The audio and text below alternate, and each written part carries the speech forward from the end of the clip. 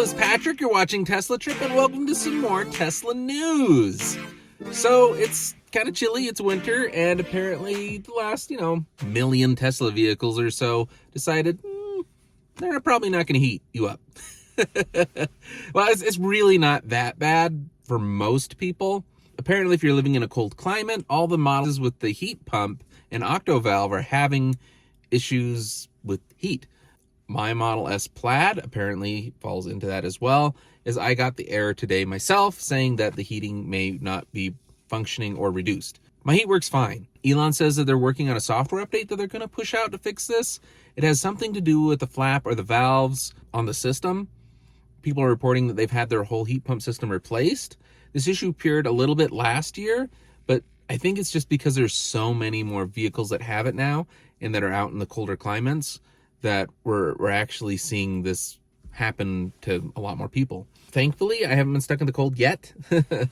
It's 38 degrees where I'm at right now. I got the error when it was 28 degrees.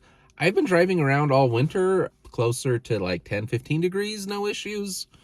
They said it might be ice buildup.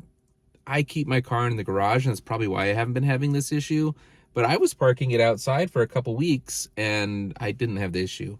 It's interesting to see. I think it sounds like the immediate fix is going to be a temporary, update to allow the system to still heat without using the heat pump, basically, or to ignore the errors of the valves not opening properly or something. I don't know. I'm theorizing here. So what do you guys think down below in the comments? Do you think this is overblown or it's a massive problem? Are you personally having the problem? Because it sounds like it's hitting a lot of people right now.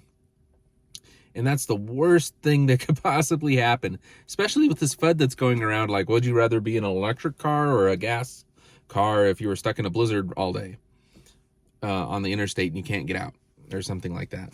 And there's been a lot of videos already done. I was thinking about doing one, but there's already plenty on how long, a Tesla or, a similar electric vehicle would last idling with the heat on. And the consensus is it would be at least at a bare minimum a day, even if you didn't have a full charge. But it could be several days or maybe even up to a week if you really conserve it. And the consensus is that most gas vehicles idling aren't going to last more than one day. Regardless, the electric vehicle, unless it's running low on range, which could be the case in a gas vehicle, that you've used a lot of fuel, not to mention you'll be less likely to die from the exhaust, because that's a real thing. And I wanted to say one last thing, and I almost want to make a whole video on it. I had my steering wheel replaced on my Plaid because it started tearing in the lower left-hand corner. And apparently this is another massive issue with the yoke, and it's happening to a lot of people. Tesla's good about it. They replace it for free. But I don't know if it's any better than the original. And I think the issue is when you get in and out, because it's much wider at the bottom, pants rub on it or something. And they're saying, set the presets so that the seat's lower when you get in and the steering wheel's higher. But mine are already set that way, and it still happens. And then somebody on a forum I was reading, I can't remember which one, I think it was Facebook, mentioned, you turn the steering wheel upside down. And sure enough, because the steering wheel, the way it's shaped, the half is missing on the bottom. Before you get out, you just turn the steering wheel upside down. And apparently it's a thing you do in race cars and other cars that have yokes. Before you get out, turn the steering wheel upside down. So I just want to let you know, if you end up getting a Tesla that happens to have a yoke, whenever you park, turn it upside down. It's not hard to do. It's just a quick turn before you get out. And that apparently will save you the wear and tear on the bottom of your steering wheel. And I'd like to know if anybody's going to make like a cushion or tape or something that you can put on the corners to prevent this wear and tear. Apparently you can get one from third-party companies, but it's thousands of dollars, and I don't want to spend thousands of dollars when it sounds like the steering wheel itself is only hundreds of dollars.